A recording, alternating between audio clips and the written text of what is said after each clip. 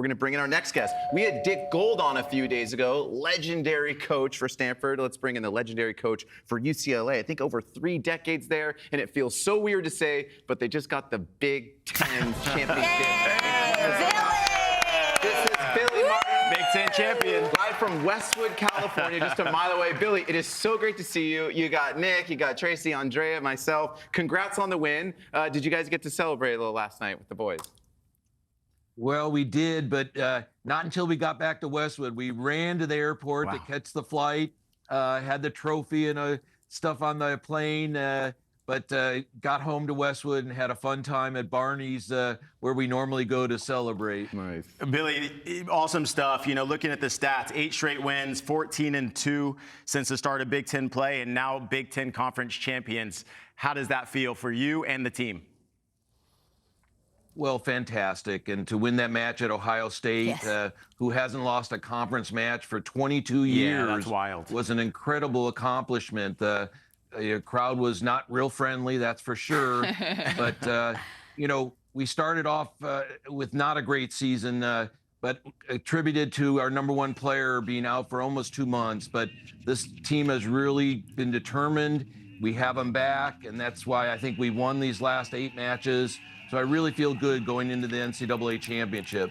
Billy, this is my favorite moment in college tennis. This was the winning moment against Ohio State, who had won 76 matches at home, winning streak dating back to 2021.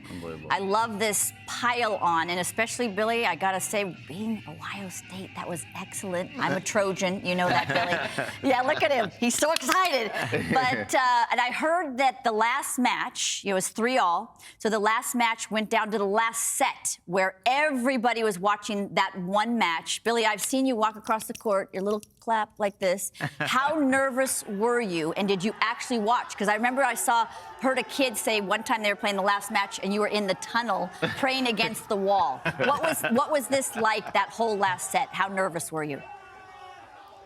As always, very, very nervous, but had to stick out there on the court with Emin, who won that last match. But it was a seesaw battle, there's no doubt about it. But you know, it's funny, it reminded me so much of that match with your son, Brandon, and Gage Breimer up at Ojai, and your son being a freshman, my guy being a senior, and I thought it was, you know, we win that one for sure with the pressure and everything, but because Gage was a senior, Brandon held up. Yeah, it was a great match back then, and a great match for us. A little different scenario as far as us winning, but always fun, and I just have loved doing this for so many years and bringing the best out of these young men and trying to get them to deal with some real pressure. You know, playing for yourself is one thing, but when you've got your whole team, your school, moms and dads there, it adds a great deal of pressure. Nick, you know that as well as anybody, but you know, it really shows these kids what weaknesses they still need to work on when things don't hold up under pressure. Especially Billy at Ohio State. I think that's extra sweet, right? In Columbus. Oh, of course. My friend Ty Tucker, who we've battled for 25 plus years, and you know, love playing against each other because it's always a battle. Well, Billy, I'm the odd one out here. I'm European. I don't fully understand the college culture. So the way I imagine it is you walked into the locker room before the big day and you had a big pep talk, like I see in the movies. Is that how it is? And what did you say if that really is how it is? Well, I think the pep talk comes right when we're about to start the match. We talk about different things and always trying to prepare ourselves, you know, hydration, food, sleep, whatever it might be the day before. But I just always like to put on my game face. I'm a competitor even at the coaching level. I like to win. There's no doubt about it. And that's what's fun. And I still get really nervous before these matches. But I just want to let the players know that I'm into this as much as they are. And we have every right to win this match. We've worked hard enough and trained hard enough. We deserve to win this match. I want them to know that. We're taking a look at some vintage photos of Billy. And for people that don't know, Billy had an amazing pro and college and junior career. Tracy was already going over all the the scoreline He was against junior. the siblings. Tennis Magazine Yeah. said he was junior of the century, not the decade. Is that right? let's Junior go. of the century. Absurd. There you are, Billy. You killed everybody. You killed my brother in the indoor national finals 0-1. I mean, so stingy with the games, Billy. JC doesn't forget a scoreline. Oh, wow, that's an old one. Look at that. We have some wooden rackets here. That's probably the And same Billy, one you it's a used. testament to how great of a job you do. And how cool is it now that you're going up against some schools and there's Glenn Bassett on the right, and also the tennis camps I used to go to when I was like 7 or 8 years old. They do a great job with that. But now you're going against schools where their head coach is a player that used to play for you. I want to bring up Chris Quinta because now he's the coach of my alma mater at Cal. How special is that? Oh, it's fantastic. You know, to have a lot of my former players coaching really is fun for me. And also when I get the kids that come in that have had successful careers as bankers or whatever it might be, that's really gratifying, you know, from my standpoint as I'm getting close to, you know, my coaching career ending. I don't know how much longer my nerves can take it, but I'm still enjoying it. I have my oldest son, Will, as one of my assistant coaches, which has just added so much more flavor and fun to it, to see us both out there as nervous as can be and rooting on our guys. So hopefully I have at least another year or two left. Billy, that's what I was going to go into is it always takes a village to win a title like this. And your assistant coach, Ricus de Villiers, and as you mentioned, your son, Will, how have they helped you, you know, bring this program back and winning this Big Ten championship? Well, yes, I've been blessed to have Ricus over 10 years now. And to have my son back, he coached a couple of years for us and fell in love and went back to Washington, D.C. area, but is back in L.A. and helping us. But yes, these two young men do a great job. They can relate, you know, easier with these young kids that are 18 to 22 years old. This old guy, you know, certainly knows a few things, but I think it really helps to have somebody closer to their age that they can, you know, relate to a little bit better. But I think we're a good threesome. We're only allowed 3 coaches, and I think we work well together. We trust each other. So far, it's been working very, very well. Billy, I want to go back. I've known you forever. You moved from the Chicago area to Palos Verdes, where you went to Palos Verdes High School, where my kids went as well. Talked about your junior career, but also your pro career. You got as high as 32 in the world, and you won a title. I think you don't get enough credit as the player that you were. You were ridiculous. I felt like you missed every other April. You were so consistent. What is your best memory as a pro? Well, I'd say certainly getting to the quarterfinals of Wimbledon was a highlight. Playing my good friend Vitas Gerulaitis, but I beat Vilas there in the round of 16, which was a great win for me. So I always thought Wimbledon was the premier tournament, and to have that kind of success there was fantastic.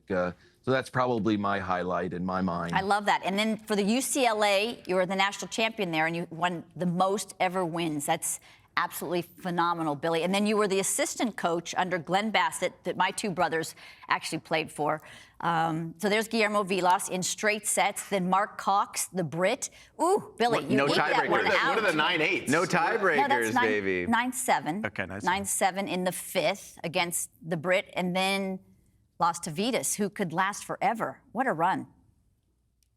Yeah, it was special. And I was so lucky to win that match against Mark Cox. He served for the match at 5-4 in the 5th set, and just somehow got lucky and broke and went on to win the match. So still remember it like it was yesterday. What court was that on? Because Mark was a big lefty server. Court 2. Court 2, okay. Well, I want to bring the conversation back to you as a coach, because the coaches that we know from the Pro Tour, they have to go really into the ins and outs of how do you play this guy and how do you strike a forehand. But you also have to recruit players. So it's a completely different skill set that you need. How does the process work? Can you let us in on the recruiting process and then the process on court as well? Well, recruiting's always difficult. We've had a limited number of scholarships throughout the years, but that's going away now. We'll have a maximum roster limit of 10, where we've had as many as 14, 15 on a team in the past. But now you can give everybody all those 10 players a scholarship, full scholarship. Wow. We've been at 4.5 for so many years. It's going to really change the complex because not every school is going to be able to afford that. We will not have 10 full scholarships here at UCLA, but some schools have already announced they're going to. But as far as the actual recruiting goes, you want to go after the best players. Hopefully you can get them. If not, you have to, go out and search the world. I love getting our American players here. They know our system. They know college life. It's an easier transformation for them. But if we have to go foreign, there's so many great kids out there. So always looking, scouring the earth for great players, and also players that can play both singles and doubles. That's something that's really important for college tennis. Most kids really are grown up wanting to be the best singles player, really not caring that much about doubles. But doubles is so very important for us on college tennis. The first point, right, Billy? It sets the tone. Absolutely. Yeah, absolutely. It used to be an 8-game pro set. Now it's just a set to 6, deciding point. A lot of different changes. We're checking out some video here of Marco Schiarone, Mackie McDonald. They were actually on the same team. Coach Billy, we actually had Carousel on yesterday, so we were talking about you. I assume another selling point when you recruit is that just the pro avenue, because you want everyone in the team setting, but when you have these examples of players that are now successful pros, is that part of the selling point? Like, hey, come here, play for your teammates, but you can also leave here ready for the pro tour. I think Justin Gimelstob told us a story one time that you used John Wooden to get him on board. So are those all part of the tactics? Oh, you'll try anything that works, but yes, there's no doubt about it. We've had good success in the last 10 years with having some of our Bruins go out and do a great job out on the pro tour. Marcus being one of them, Mackie McDonald, Max Cressy recently had some great success. But yes, you hope they can trust you with your track record, that you can, bring out the best of them and get them ready for the pro tour. Because that's what so many of these young kids really want, is a chance to go out and play pro tennis. We've got a young man, Kalen Bigham, who was the #1 junior in the world, won the French Open Junior Championships here this year with us as a freshman. We have a young man, Rudy Kwan, as a freshman who's playing #1. Not too many people know him quite as much as Kalen, but every bit as good as Kalen. They're just two great juniors. Yes, we want to get them ready for the pro tour, and I think we've done that with some of these most recent players. So yes, it certainly helped us. Coach, what's been the biggest adjustment for UCLA tennis as far as now being in the Big Ten? Because there's now different travel logistics and there's a lot of other things that you're having to kind of figure out, as opposed to just staying on the West Coast. Now you're having to go more East Coast. So what have you found been some of the biggest challenges for you all being in the Big Ten now? The travel, it's just been brutal. I mean, we've had 4 trips back east in the last probably 6 weeks, back to back, with playing Nebraska, Wisconsin the weekend before this one, when we went back to Ohio State. So that has been challenging, to say the least. And then the playing more indoor tennis. We have no indoor courts here in Los Angeles area. Getting acclimated in a day for indoor tennis is not the easiest, but our guys have done a good job with that. So with those two things, it's been, for an old coach like myself, a real learning experience. Not one that I've enjoyed, but it's been a great year. We only lost 1 out of our 6 matches back there. So far things have been going well. And Billy, we've been following just college athletics. So how's the NIL been going for you guys at UCLA? Well, in certain sports, it's going well, I think. I've never been a real believer necessarily in the NIL, especially in our sport, for a young man who might come in and play a 4, 5, 6, and they're wanting not only a full scholarship, but some, high amount of dollars, and these are young men that, maybe will make your team, but probably not going to be super successful pros. But it's kind of, for an old establishment kind of guy like myself, challenging to buy into it. But it's probably where we have to go, and certainly working on trying to get our donors to realize that, to try to help us bring some of these top juniors to UCLA, because so many schools are doing it and doing it really well. And Billy, I admire college coaches so much, whether it was my older siblings who went to UCLA or my son who eventually went to USC, just to watch these college coaches navigate through having sometimes 10, 12 players on their team. Some need work on technique, some maybe a little bit of psychology, some are missing home as freshmen. They're not studying well enough, their grades start to drop. You've got to be aware of that. So you got to put your psychologist hat. I bet that's one of the toughest part and toughest aspects of being a college coach as well. So true. You know, you have to wear so many different hats with these different young men, and that's something that, you know, my learning curve is hopefully improved since I started coaching. There's not one thing that works well for all these different young men. You have to, you know, kind of figure them out, know what buttons to push. Some guys need some really strict discipline. Some guys are tough enough on themselves. So it's getting to know them in those first few months when they get here as a freshman, and trying to, you know, figure out how to handle them. You really are a second parent to these kids when they step on campuses, especially the foreign kids whose parents are, you know, halfway around the world from them. So I've always taken great pride and really wanted to be that person for my team. And I think it's helped them and gain their trust, which I think you have to do as a coach. Love that. Yeah, and you just spoke about the foreign kids. That would include me, somebody who's from Europe and not so familiar with the college system. What would you say, or what do you say maybe to these foreign kids? Why is it important to play college tennis? What makes it one of the best competitions in the world? Because everyone I talk to that knows college tennis says it's the most fun experience you will ever get going to a game. So how would you sway us foreigners from Europe who know nothing about the culture of college tennis? Well, I think our track record now has gotten better, which certainly helps, and we can show them that. But it's really the last stepping board, I think, for a young player before they go to play pro tennis. You know, if you're not ready when you go out to play pro tennis, good luck. I mean, you're just going to get chewed up and spit it out.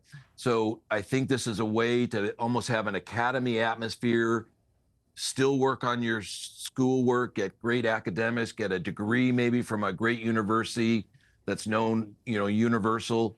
You know, so it's a great opportunity, and get it paid for. That's the best thing. And maybe get some extra money on the side to help them for their summer travels or when their, you know, pro career starts. So I don't think those are hard things to sell nowadays. And I think you as commentators, so when you're watching the pro matches, are really showing our tennis audiences that it's really not a bad play for a lot of young men or young ladies to go a few years of college. It doesn't have to be all four, but at least a year or two of college tennis is not a bad deal. Definitely not. So the NCAA Team Championships, we'll get you out on this one, start May 3rd. And for everyone that knows, the draw of 64, the top 16 teams get to host the first two rounds. UCLA is very used to hosting. I remember I used to always go down there. So you guys have yet to crack in the top 20, but you just had a massive win. So do you now wait for the new rankings? When does the draw come out? Is there still kind of like a draw release party? That was always a fun time too. Yeah. It's coming up in about 3 hours, 2:30 LA time. We'll know the draw, and we really are on the bubble. I mean, supposedly that win against Ohio State pushed us to 15th in the rankings.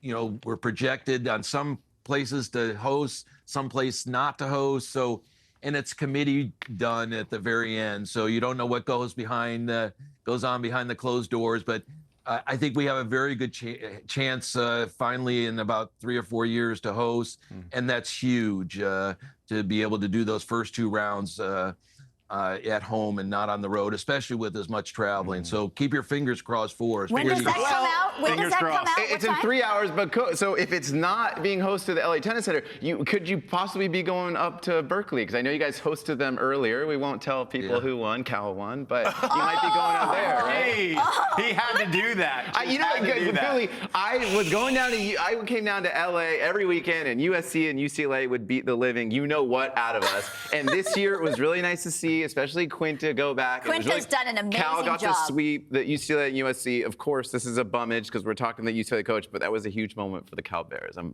proud of them for that weekend. Yeah. Billy, I'm proud of you Yeah, for yesterday. I love that. I think you're right. I really am picking us to go to Cal if we don't host. Got it. You know, they try to do it, you know, logistically so that you're not traveling so far for those first couple rounds. So yes, I think if we don't host, Chris is going to see us up there at Cal. But yes, I've been so proud of what he's done, He's done an amazing up job. there at Cal. You know, he's doing a really, really good job. And again, being one of my former players and the softest spot in my heart with him winning our last match in 2005 to win the NCAA championships, I always wish him the best. So Absolutely. cool. Unbelievable. Such a great job you've done there, Billy, forever. You look the same as you did doing the camps 30 years ago. You look great. Congrats to the squad, Big Ten champions, and we're hoping good things for you guys when you find out in a couple hours where you're going, or maybe not going. Good luck, Thank you. Billy. Great to see you Coach. all. Good luck.